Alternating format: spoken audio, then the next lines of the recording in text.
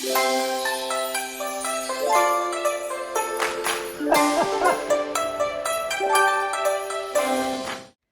we will share the story of Fred Wong. Fred was born in Chinatown in the mid-1900s and lived there for 18 years. From during that time, he shares the stories of Chinese traditions, lion dances, and a game called Kick the Can he played with his friends. But he also depicts the drastic changes Chinatown went through, and how the new Chinatown is only a shadow of what it used to be. Listen along to Fred as he shares about his life balancing his 3 careers, his involvement in the community, and his advice to the new generation. Well, I was born and raised in Portland. In those days, Chinatown was quite different. What you see of Chinatown now is only a shadow of what it used to be. This is considered new Chinatown. Old Chinatown was on the other side of Burnside, from 2nd Avenue to up to Jefferson Street. It was still going until about maybe around 1960, then it finally disappeared. Everything was gone. All the buildings were torn down into business district. And around 1900, they started moving down to this part of town, and they called this New Chinatown. But both Chinatown existed till 1950s and 1960s. In those days, there were about 10, 12 restaurants down here, and a couple of big ones. And now there's only a couple of small restaurants down here now. Yeah. And in those days, there were 3 Chinese grocery stores down here. If you wanted to buy Chinese food, you came down to Chinatown. Last year I read in the Oregonian that there are only 50 Asian grocery stores in Portland now, in the Portland area. And quite a few of those are large Chinese grocery stores. So people don't have to come down here anymore. In those days, there were dozens and dozens of families, Chinese families living down in the whole area here. But since that time, they all moved out. I don't know of a single family living down here in Chinatown anymore. They all moved out to nicer neighborhoods. So did you grow up in New Chinatown or Old Chinatown? Well, I grew up in New Chinatown. I've been here all the time up to 1953. Yeah. From 1935 to 1953. Yeah. Did Chinatown have any like festivals or something? Oh yeah, they celebrated all the Chinese festivals, New Year's, and even the American ones, you know, Christmas and so forth, Thanksgiving, all that. Were there any special traditions that you remember? Well, Chinese New Year's mostly lion dances. Did you ever participate or perform in any of these festivals? Well, I used to be part of a lion dance group here, the CCBA one. My mother was born and raised in Portland, but my father came from the old country. He must have come over to the United States somewhere around 1910. But my mother's parents were already here in Portland during the late 1890s. My father was a bookkeeper for the owner of the Hung Far Low restaurant, and he also owned the Republic Cafe and another restaurant on 4th and Burnside. It was called a New Burnside Restaurant. He kept the books for all 3 restaurants, so we lived 2.5 blocks from here. Very close and very handy for him just to walk to work. So we never left this neighborhood till I was about 18 years old. We lived down in Chinatown here till 1953. As a matter of fact, I think that we might have been the last family to move out of here. Because right after the war, things started to change, and a lot of families started moving out into the east side first. We never attempted to leave Chinatown, because all the time my father was here, and after he even passed away, we stayed in Chinatown for a few more years.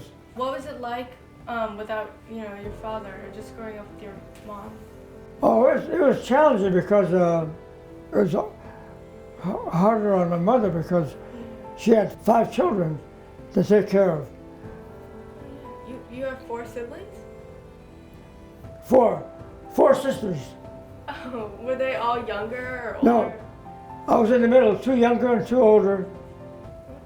Yeah. Are they still in Portland too, or did they? 2 passed away and 2 are living. The 2 older ones passed away, 2 younger ones are still living. Are they in Portland? What was it like growing up with only sisters? Well, I didn't have to wash dishes. I wash dishes now. Can I ask, how did you meet, your wife? Oh, one spring break in 1971, I went to Los Angeles to visit my sister, a half-sister, and she was going to go visit some friends in Phoenix and asked me if I wanted to tag along. Well, I said, okay. And she said also, they have some daughters. So that kind of piqued my interest. So I said, sure, we'll go. So that's how I met my wife in Phoenix, Arizona. Can you tell me a little bit more about your friends? What you guys would do together? Or? No, my friends were just the people that are around me, But if I'm with Chinese, they're my friends. If I happen to have all Caucasians around me, then they're my friends. Yeah. Whoever the group I was with. Not one of them in particular, Yeah. Did you guys hang out a lot? Do anything? Oh yeah. Can you tell me a little bit more about your recreational activities? All the kids down there, we had a game called Kick the Can, and it was like hide and seek, and we had a lot of fun playing in the streets, as a matter of fact. And then the North Park blocks is only about 4 more blocks away, and the kids would go up there quite often to play in the North Park blocks. And they had a park director there at that time. And then also, we would go uptown at nighttime, and the other kids just fooling around uptown. Yeah. And in those days, they had 1 or 2 arcades, like pinball machines and all kind of electrical machines that the kids would use. When you moved out of Chinatown, where did you move to? Southeast Portland, it's the same school district, but it was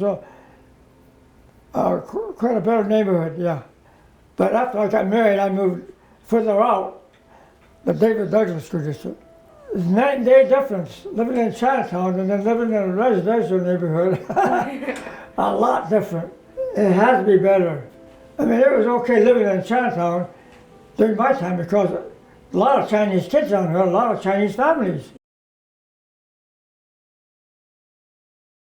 My elementary school is Cooch Elementary, which is about a mile from downtown Portland here. And then from there, I went to Lincoln High School, and then to Portland State University, and Oregon State University. When I went to first start at Portland State University, it was called Portland Extension Center. And during that time, the first couple of years, that's when Portland State Extension Center became Portland State College. So, what was it like going to school at PSU and OSU during that time? I was so focused on studying. Yeah. Because some of my friends, especially at Portland State, when we were going to that, if I go down to the cafeteria, they'd be sitting around a table playing cards, a game called Hearts. I mean, I didn't understand that game anyway. So I would wind up going to the library or one of the classrooms that's empty and doing my reading or doing my homework. Because I wanted to graduate in 4 years. Yeah. Well, a couple of them graduated, but it took them 10 years. Do you still keep in touch with them? Well, no, one has moved out of town and one has passed away. But those two guys, I give them credit for sticking with it because they graduated, but it took them a long time, you know. After college, did you just go straight into teaching and your No. two jobs? Or? Right after I graduated from Portland State, I went to Alaska for my season after that. And when I came home, in those days there was a draft board. The draft was going on. We had universal military training. So I checked my draft board, where on my list, on that list to be drafted. And the draft board ladies told me, you're at the top of it for next month. That was in September. I already had a contract to teach. And I said to myself, why start teaching and then you're going to be going in a month into the Army? So I told the draft board lady, look, how about I volunteer draft? Next day, I went into her office, and she just handed me my draft greetings. And that was it. And I contacted the Portland School District Personnel Department and said that I don't want to start teaching and be drafted right away and leave after a month. So I'm going to be drafted in the Army. So they let me, put me on military leave. So from then I went in the Army for 2.5 years. Wow. Can you tell me a little bit more about your experience in the Army? Well, I was fortunate because after I went in the Army at Fort Ord, and my basic training was over after 8 weeks, and my second 8, I was originally assigned to auto mechanic school. Because I did an interest survey, and I put down a lot of things about being interested in automobiles because I didn't know much about it, see? Then I thought about it a minute. I said, well, maybe I could get a different assignment because I didn't even own a car at that time. So I went to the personnel department and I told them that I was a college graduate. If I was assigned to administrative school, because I have a college degree, I can type, so forth. And they changed my assignment. And then I was assigned to Army Administration School for 8 weeks. And from there, I was assigned to a division of the Army in Hawaii. And they had posts in Japan. So I went to Japan, and from there I went to Korea. I spent a year in Korea and a year in Japan. Yeah, what'd you do in Japan and Korea? Okay, in Japan I was only there a few days till I got assigned to Korea. This is where I lucked out. I wasn't assigned to the front lines. I was assigned to Army Intelligence. And that was quite different, because everything I do is classified. As a matter of fact, when I was debriefed in Korea, or left Japan, I signed papers that I wouldn't talk about what I did for 35 years. So I didn't talk about that for 35 years. Yeah. Can you talk about it now? I can talk about it now because we were sending agents across the DMZ. You can't do that in those days. As a matter of fact, you can't do it now even. You get shot if you try to cross. Everything was compartmentalized, what I was doing. I didn't know what someone else was doing. I only had a certain job and I did a certain job. What was your job? Finding places where the agents can cross into North Korea. Now I don't know if they made it across or come back even. I only made the entry. Someone else handled that. The agents were Chinese or Korean, If it was Chinese, they could speak Korean. But I never knew or saw one because I only did the entry. In Japan, it was different. Japan, it was a company clerk. So tell me about what you did in Japan. Oh, I was like a desk jockey. What war did you serve in? Okay, it was after the Korean War, before the Vietnam War, just at the borderline. Within 2 weeks, I would have been considered a Vietnam veteran. Are you considered a Korean War? A pre-Vietnam or a peacetime army. For a short period, the United States was at peace and didn't have a war going on. Was it normal for Chinese people at that time to serve in these wars? Oh, at that time, all young men from 18 to whatever age it was, you had to sign up with a draft board.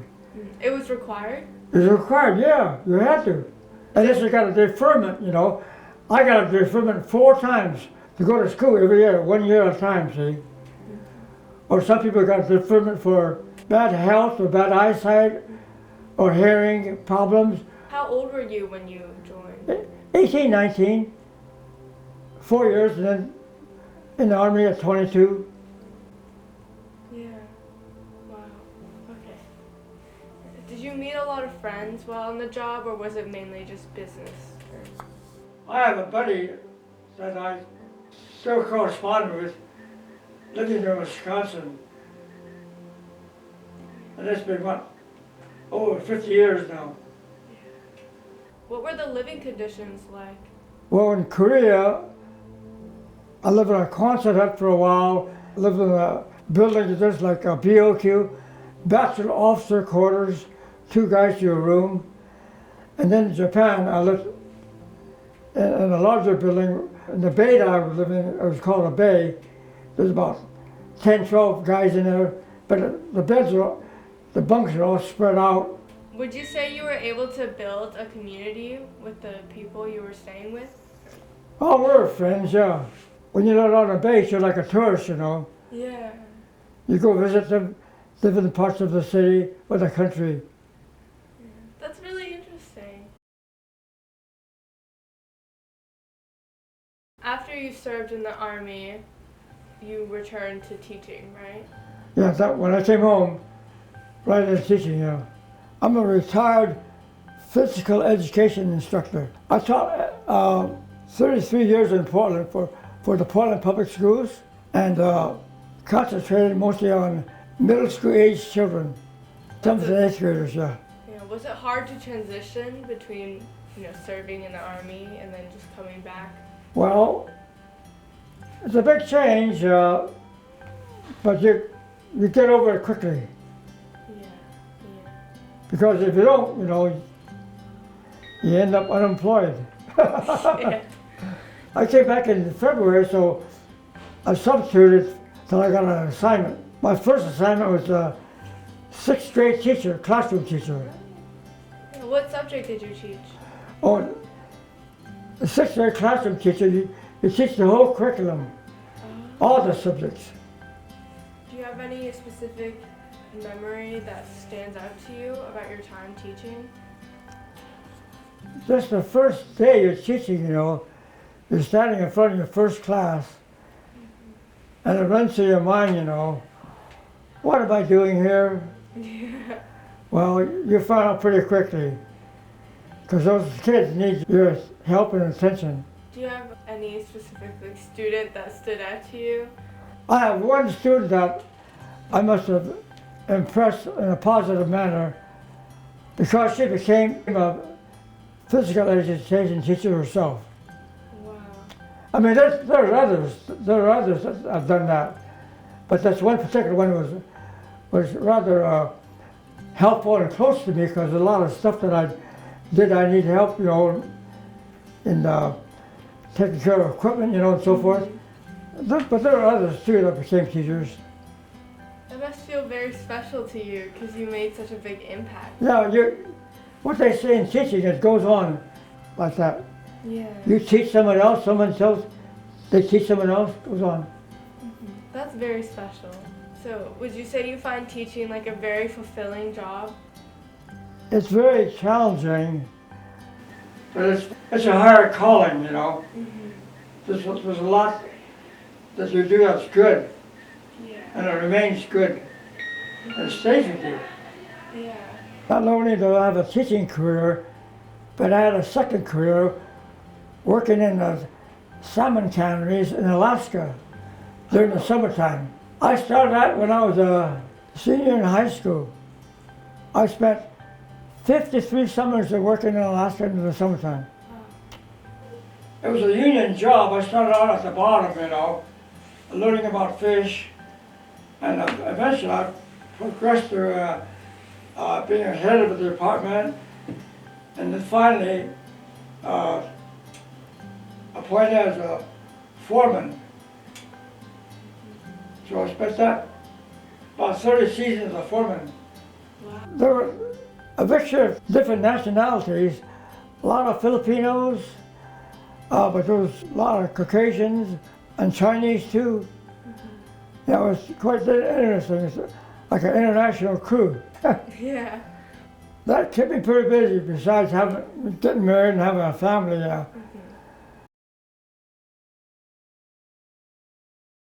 Yeah, I've been a member of the CCBA since about 1990 anyway. Originally, my father, living here in Chinatown, was pretty active with the CCBA, and so that's like a carryover. I'm on different committees, and that keeps you busy. Some of us were invited to attend the Baker City Chinese exhibit. That's the Baker City Heritage Museum established. And we went there to view that and to honor the people living there. So I was talking to one of the people at the Old Timers Luncheon, and they mentioned that you're a part of this committee for the sister cities. Oh yeah, it's called the Portland Kaohsiung Sister City Association. On the southern end of Taiwan, there's a second largest city in Taiwan called Kaohsiung. And Portland selected Kaohsiung to be the sister city for Portland. And so I was asked to join the Portland Kaohsiung Sister City Association way back, I don't know, maybe 25 years ago, and I said, okay. The Portland Kaohsiung Sister City Association sponsors the dragon boat races for the Rose Festival Association. Oh, cool! Yeah. And we've been doing that annually for about, 25 years now, I think. And each year, a group of boys, originally it was all girls, but they integrated the school to boys.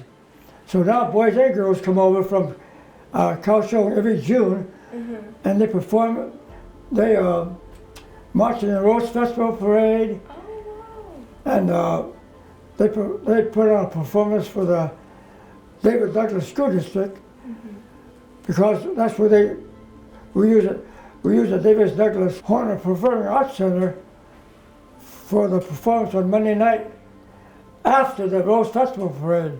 Oh, cool! Yeah. For the community, you know, and Yeah. that's in June.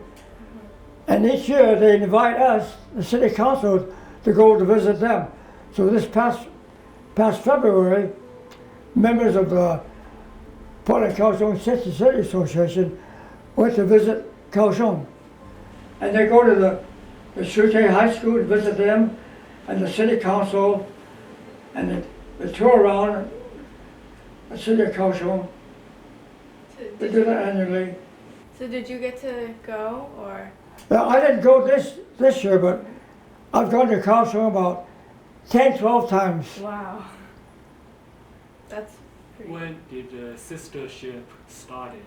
25 years ago? About 25 years ago, the agreements were made between the Portland and Kaohsiung.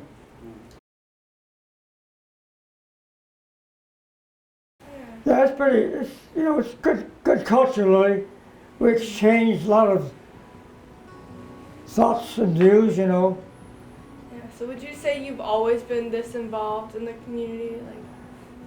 Well, since I retired from teaching in 1990, I've been involved with the CCBA, the Portland Coastal Sister Cities Association, and now the Portland Chinatown History Museum, and the Wong Association too. The Wong Association was started a long time ago, but being a Wong, you're kind of automatically in the association. All you have to do is go to the meetings. You mentioned you're a part of the Chinese History Museum, which we're here right now, right? Yeah, our grand opening was in December of 2018. So it's only been 4 years, a little bit over. Yeah. So were you a part of the development of this museum? Or? Well, I was kind of involved in it because of the other meetings, you know. I wasn't one of the original members, but right after that. So did you get to tell them about your life, growing up in Portland? Oh yeah, there's been interviews already. It's been going on a long time. All of a sudden there's so much interest in Chinese. Yeah. How does that feel to get so much spotlight on our country? Well, that's okay. If we don't do something about it, record it, say something about it, the next generations and the future generations won't even know about Chinatown. That's true. They won't even know about the Chinese here in Portland. And Old Town and New Town. Yeah. Do you have any special stories growing up in that time? No, none special except that, kids will find activity to do. Yeah. Just like that game of kick the can. I don't know if it was played anywhere else, but it was sure played here in Chinatown. Yeah. Did anything special happen during that time? Do you have any fond memories? No, I just kept working. It's all work, Yeah, all work. no fun? I was busy working, yeah. Do you have any advice for the youth these days? Well, my advice is, if you have a goal, don't give up. It's not going to be easy, just don't give up. Absolutely. Thank you so much for your time. Oh, that's all right. Thank you.